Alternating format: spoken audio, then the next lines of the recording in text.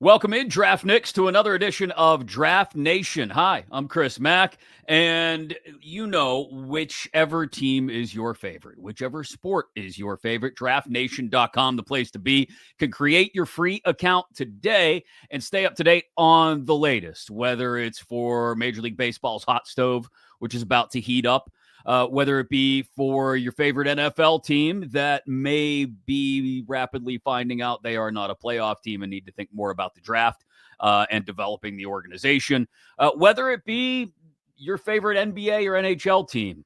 Even though it's early in the season, some are already clearly identified as teams that need to think about retooling or rebuilding, words that in Pittsburgh, at least, Kyle Dubas will not be caught dead repeating, at least not publicly. But with that said, if you are a Penguins fan, then for the first time in a long time, you've got to know what's going to happen or what may happen and who may be available at the top of the NHL draft. Who better to bring in for some insight on that than a guy who does this absolutely every single day for McKeen's Hockey. He is the director of scouting for McKeen's and also handles their OHL prospects coverage. Brock Otten joins me now here on Draft Nation. Brock, thanks for going on the clock with us here.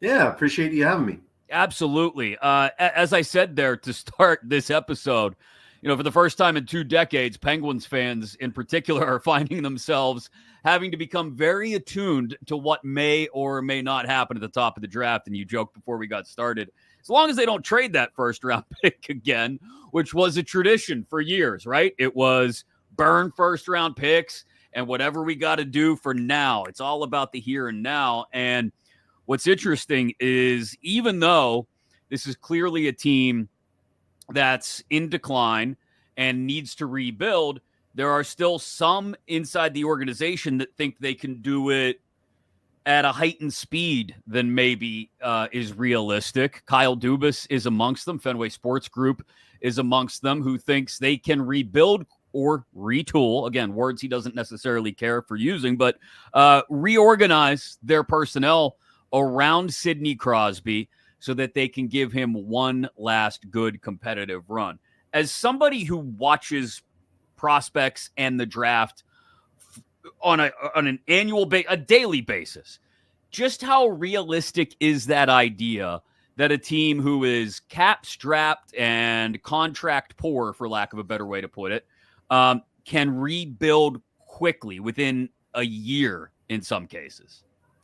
I think for certain teams, it's definitely something that is realistic. For a team like Pittsburgh, who I think has sort of milked every last inch out of this core group, I just don't know. And I think we're seeing it in Boston too, where, they've fired Jim Montgomery and they're going in a different direction there, hoping that sort of is a catalyst. But you're sort of seeing with that core group as well, where the draft capital just hasn't worked out, be it because they're trading their picks, being because they haven't hit on their picks, being they haven't hit on their mid or late round picks.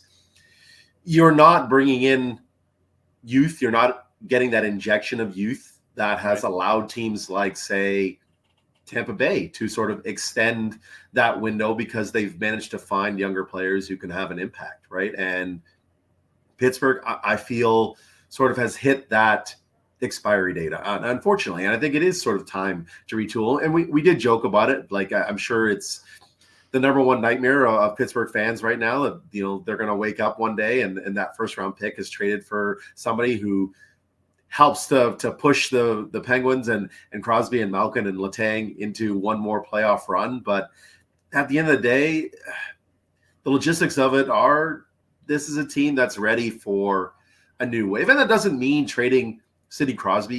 He can be a part of that new wave and helping to be a leader still for some of these younger players that they can bring in. I think the Rutger McGroarty trade was smart and savvy for them. But, now it's about finding the next wave of high-end talent, right? And that's where you're kind of excited as a Pittsburgh fan, because you're hoping that they can get into that sort of top 5 or top 6 this year, where there are some really good players available at across different positions. And I think Pittsburgh's in a position where if they end up there, they're looking at the best player available, regardless of any sort of need that they have. They're just looking to bring in an impact young player.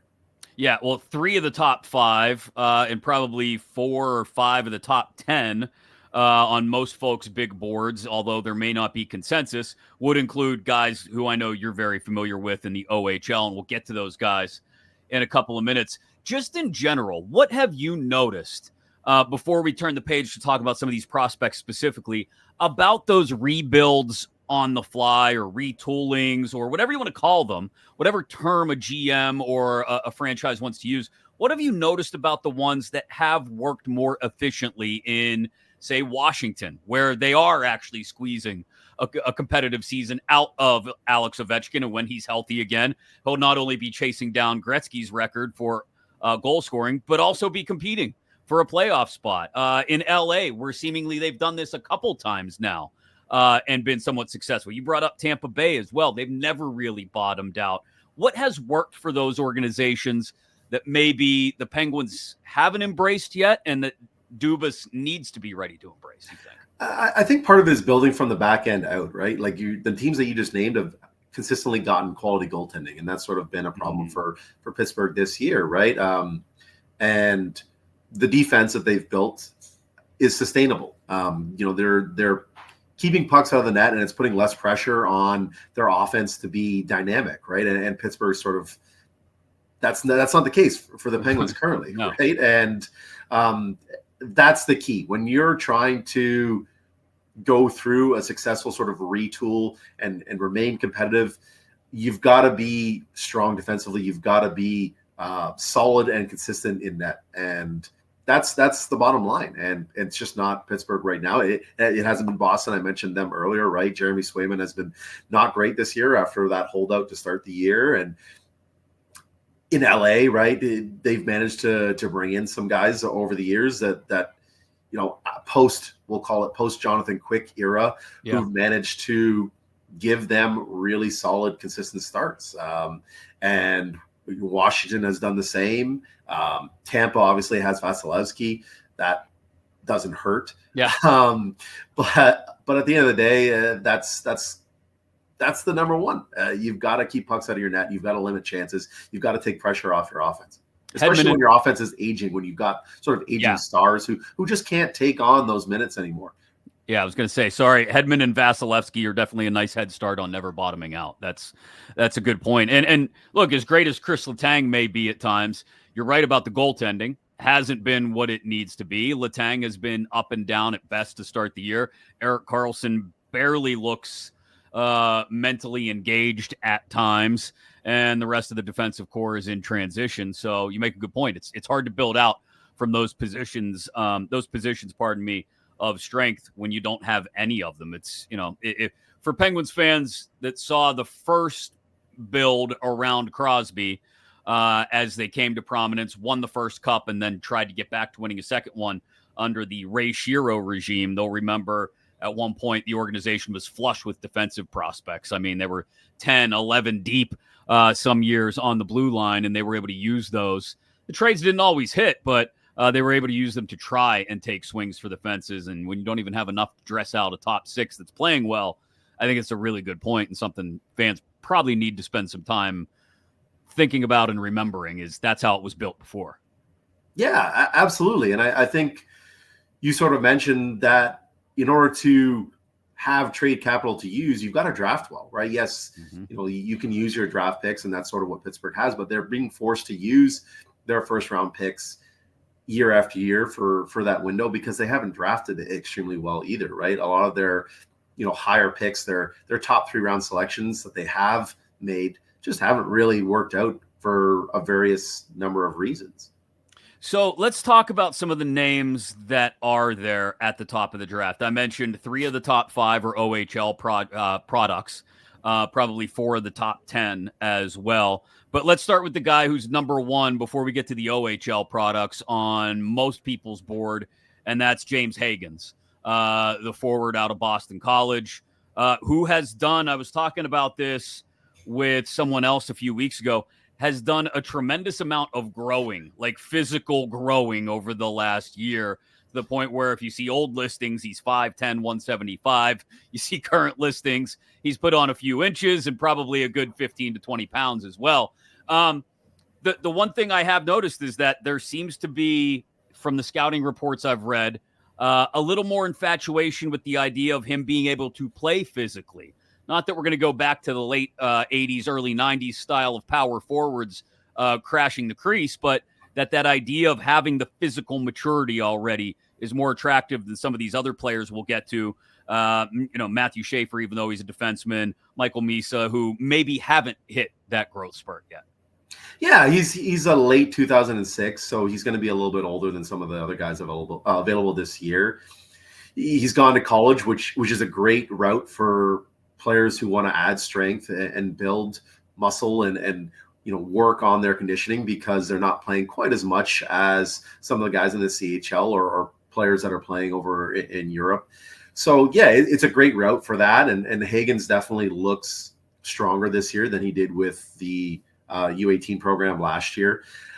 I think that he's the kind of guy that projects as an all situations type. I think that I wouldn't say he's as strong physically or as strong defensively as Celebrini was, but okay. I think that he does project as somebody who's going to be in all situations superstar at the NHL level. And, I think that there is room for that physical element to continue to grow. And I think that when he's sort of done that physical maturation process, you mentioned, him being a little bit more advanced than some of the others, but, he's still a young man who's going to continue to build strength, who's still going to continue to gain confidence in, various levels of various parts of his game that maybe are a little bit more inconsistent.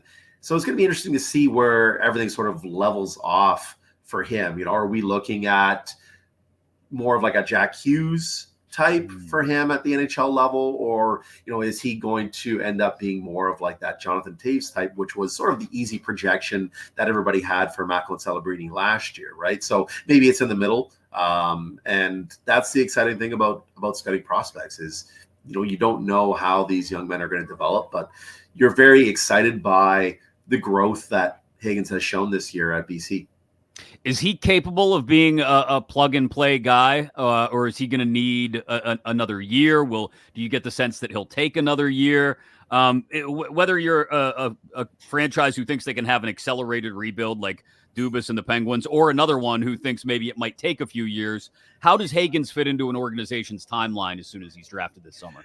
Yeah, I think he'll be in the NHL next year. I do think that he'll be one and done at BC. I mean, you never really know. It depends on team success too. At the collegiate level, that means a lot to these guys. They commit to these programs. These programs commit to them. It's a bit of an investment. And there is sort of a sense of loyalty sometimes. And we saw that with some of the BC guys that did return. Ryan Leonard went back, even though there were some whispers that, he might turn pro, and he returned and wanted to sort of build off of what he was able to do as a freshman last year. And if BC sort of struggles in the NCAA playoffs and they have a quick exit, maybe that means Hagens does look to go back and wants to continue to grow as a player, wants to do well by the program and win at the NCAA level first. But honestly, I'd be shocked. I do think he'll be a one and done like Celebrini was, and be in the NHL playing in somebody's top six next year. The next level are, and I've finally gotten around to it after teasing this a couple times, but those OHL guys who you've got an especially close eye on. Porter Martone in Mississauga, Matthew Schaefer, the defenseman I mentioned in Erie, Michael Misa in Saginaw. I guess we could probably even roll into that, the other kid in Erie, the left winger, Malcolm Spence. Just that next tier of guys, and again, they're mixed in with a couple of Europeans as well. But let's talk about the OHL guys specifically. Martone is one whose name has been popping up a lot more lately. Just how do you look at where these guys slot in the top 10? And again, sort of the NHL readiness for any of them. Yeah, I think that there's sort of a consistent top four starting to develop for this year's draft. And I think it's those three OHL guys, and I think it's James Hagens. And we're starting to see scouts even move off of Hagens at number one, even just this past week. You've got Craig Button putting Martone first and not Hagens. Today I saw HP drop their first list of the year. They've got Matthew Schaefer first. You still got people who have Higgins first. It's going to be a hot topic as we get closer to the draft. I think that those four have all played exceptionally well this year. I think all four are proving to be potential franchise building stars for whoever drafts them. And I think it's going to be very interesting to see how it all shakes out. I do think that those three OHL guys are right in that top tier. And it's just going to depend on maybe positional preference. It's going to depend on, the perceived upside that you have of these players. Obviously, Michael Misa is a center. Do you value that more than Martone on the wing or, Schaefer on defense? Obviously, Higgins falls into the center category there as well. So it's going to be interesting to see how this draft year ends up coming together. But I am starting to see, in my opinion, and in the opinions of people that I talk to, kind of concrete top four starting to develop. You can throw in maybe Roger McQueen out west as somebody who has excellent upside, has a great frame. Just the injuries are a little bit concerning. And there are a few European guys, but they've kind of had, we'll call it lukewarm starts to the year. And I think that with how strong the top four have played this year, they're kind of pulling away, in my opinion. So a couple different roads I want to go down based on what you just said, but I'll start with this one first. You mentioned the very clear stratification of those top four, the three OHLers we mentioned, Martone, Schaefer, and Misa, and Higgins. And I did bring up Malcolm Spence. Do you think he gets the left winger at Erie any kind of bounce from simply being out there when scouts are showing up to watch Matthew Schaefer? I look and I see 29 points through his first 23 games, and maybe the ability to turn some heads just by virtue of being on the ice at the same time that scouts are there to see Schaefer. I think it's a bit of just a coincidence. Erie was a team that was near the bottom of the OHL standings for a few years, and they've drafted well by drafting high. Spence has been a guy who's been on the scouting radar for a few years now. Another late birthday, just like James Higgins. Plays a very mature, heavy pro-style game. I think that he's going to be in that, we'll call it lottery mix. I'm not sure he ends up being a top 10 pick. Okay. I think that there is some concerns over upside. Is he more of like a middle six solid contributor as opposed to somebody who's going to play on your first line? And there are some other wingers who I feel maybe have just a little bit more higher upside, but he's going to be somebody that teams really like, I would say, in that sort of like 8 to 17 range, we'll call it, where, things can kind of shake down in a variety of different ways. But I'd be shocked if he falls any further than 15 or 17, based on the year that he's having, based on, how mature and well-rounded his game is. Okay. Back to the three OHLers. What's going to end up being, you think, the difference between those three, how they get I know you mentioned position-wise, but let's say before we even look at teams and where they're slotted in the lottery and where they're going to end up drafting and what their specific needs may be, when we just talk about central scouting, big board, McKean's, what do you think the stratification is going to come from? Is it skating? Is it hands? Is it the size issue that we talked about earlier? Yeah, it's all about projection, right? Like, how do you project that player to play in the NHL? Is this a guy that is going to be more of a complementary piece? Is this a guy that's going to drive play, and elevate the play of those around him? That's your number one question when you're picking this high, right? Let's take Porter Motona as an example, right? As a winger, as, a guy who plays sort of that power forward style.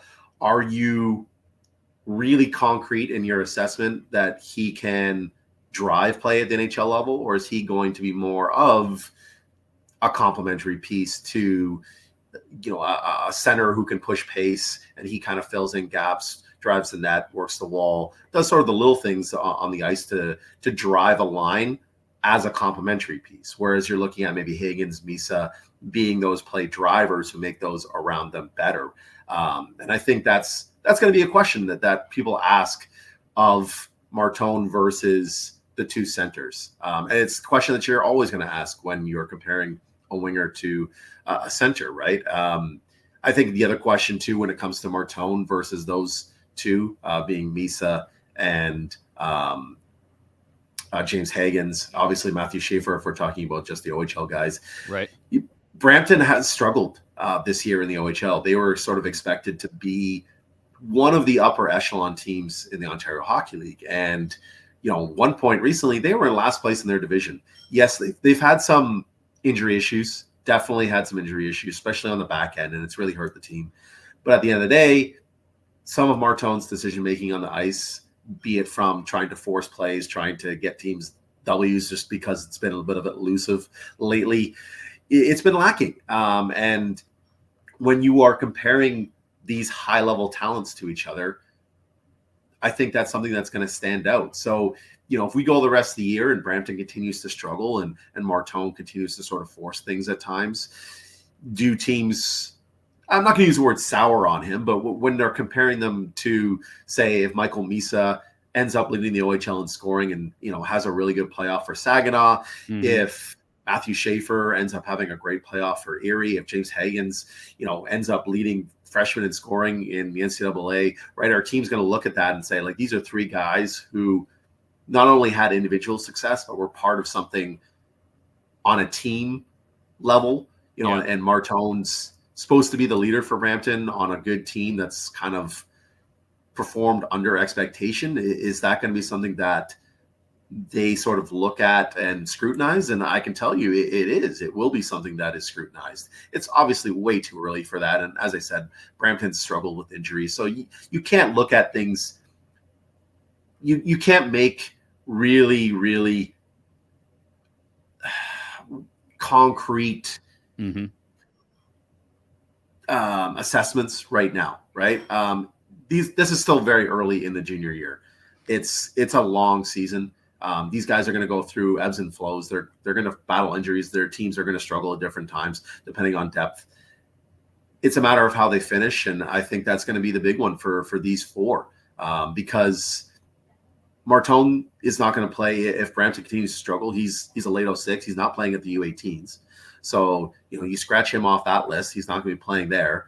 If Schaefer and Misa somehow, if Erie and Saginaw are not in that hunt for some reason at the end of the year, whether the team tanks out or not, those are two guys that could be at the U18s again, where their season is going to extend, and they're going to have a real chance of playing at a high level in front of a ton of scouts, right? And Hagens kind of faces the same sort of issue, right? He's a late 06, so the U18s are off the table for him. But, these are all four guys, too, who are going to be on the World Junior, we'll say, radar. I don't think – I think Hagens is a lock. I think Schaefer, Martone, and Misa. I would say Martone probably has the best chance only because of his age. And he plays the wing, which is going to be a little bit of a weaker spot for Team Canada this year. But the other two guys are definitely on the radar as well. So the World Juniors is another event that people are going to have to look at to assess these four guys. What other names that we haven't had a chance to talk about yet? I know there are a couple foreigners that may be in the top 10, whether it's Frondell, the Swede, or you mentioned Roger McQueen out west as well. Is another name. Logan Hensler is another kid playing in the NCAA who might be worth talking about. What other names do you think are definitely pegged for the lottery as you rank them right now? Yeah, Frondell is an interesting one. Battled injuries at the start of the year. Has kind of been okay to start since returning. There's some questions over upside, we'll call it. He's somebody that, again, kind of like Malcolm Spence, plays that sort of like heavy, mature game. If he hits, we're talking about maybe a Gabe Landeskog kind of player. And I think we just want to see the production sort of match the ability since coming back, right? And it's a long year, and it's going to be interesting to see how he finishes as well. Anytime you've got a player who starts their draft year injured, it's tough. It's tough to sort of get into that flow given how much pressure is on them to perform. Roger McQueen, again, injuries have been sort of an issue for him, not just this year, but previously. And this is a big body center who is that sort of prototype that all NHL teams are looking for these days. A power center who can play in any situation, who can drive play, who has pretty much everything in his toolkit, right? And it's just a matter of staying healthy and, trying to prove to people that he can be that difference maker night in, night out, because consistency when he has played it has been a little bit sketchy. And I think that given the injuries, that combination kind of has him outside that top tier right now. Okay. You mentioned Logan Hensler. It's an interesting name. I think trying to figure out who the second best defenseman available this year, it's a bit of a mystery currently. Hensler is definitely a name that's in there, but his start as an NCAA freshman has kind of been meh. He hasn't been bad, but I don't think he's been as good offensively as we had all sort of hoped he would. And I think that's kind of bringing up projection concerns again. Maybe he's more of like a second pairing guy and not somebody who's going to end up ultimately playing on a first pairing. Then you look maybe at a guy like Jackson Smith out west, big kid, strong skater, potential two-way impact, that kind of high-end athlete that NHL teams are looking for on the back end these days. And he's probably, if I were to say my opinion, he'd be who I would have as the second best defenseman available currently. Just again, I think that there's a little bit more upside of projection there compared to Hensler. But I think that's going to be an interesting storyline to watch. I think it's Schaefer all the way as the top defender, and I don't see that changing. I'd be shocked if that changed. Is there another defender who even goes inside the top 12 at this point? You'd like to think so. Historically, it says that there will, but at the end of the day, people have to step up and then players have to step up. And I think Jackson Smith is one guy who has out west. And I think he's sort of, if people are looking for another defender to watch, I think he's sort of the second one behind Schaefer right now. I want to let you run, but I do want to, I'm going to put you on the spot first. Kyle Dubas, let's say he ends up, I don't know, stuck in another country, somewhere with poor internet access. And it's the weekend of the draft. And he can't get a hold of anyone. And he said, you know what? Find me that guy. Who's that guy from McKean's? Otten. Brock Otten. Tell Brock to call. Tell Brock to call the table with the pick and just lie and say it's me. So you're in charge of the Penguins' first pick. And we're even going to say that regardless of placement, they win the lottery and they get to go first overall. The Penguins get their choice of any player in this draft. Who would it be for you right now, understanding we've still got a lot of games left to be played? And I'm not trading the pick for a 35-year-old veteran UFA to beat? No, not this year. Honestly, I'm taking a center. I think that you look at where this team is currently, and you've got Sidney Crosby, a franchise-defining player, a decade, a millennia-defining player, right? Who can mentor one of these top two centers in James Higgins or Michael Misa. And I think that's where you go. I think you've got a situation where they're going to be able to work under Sid for a few years. Whether he ends up retiring a Penguin, whether he ends up sort of doing we'll call it the Ray Bourque, where, in the final year, you trade him and he plays out in one last sort of playoff run. Who knows? Either way, you've got Sid there to mentor one of these top centers who can take over for him, hopefully, after he departs. And your organization, has that cornerstone down the middle to make everyone around them better. And I think that's ultimately what they've had in Sid, right? And I think that Higgins and Misa both project as that same kind of play driver who can play in any situation and who are both competitive kids too. I think that is also something that would really impress Sid because of how hard they battle, how hard they play. These are not soft centers, for lack of a better term. Yeah. So I think it's one of those two. And I think it would just come down to who sort of finishes the year better. I think you probably lean Higgins currently, but I think it's very, very close. Great stuff, Brock. Thank you so much for taking some time to go on the clock with us here at Draft Nation. I have the feeling that as the season progresses at the NHL level, we'll probably be checking McKeansHockey.com more than we ever have as Penguin fans. And undoubtedly, it's because you guys do a great job every single year, regardless of which teams are picking in the lottery every year. So we appreciate your hard work and appreciate you taking the time today.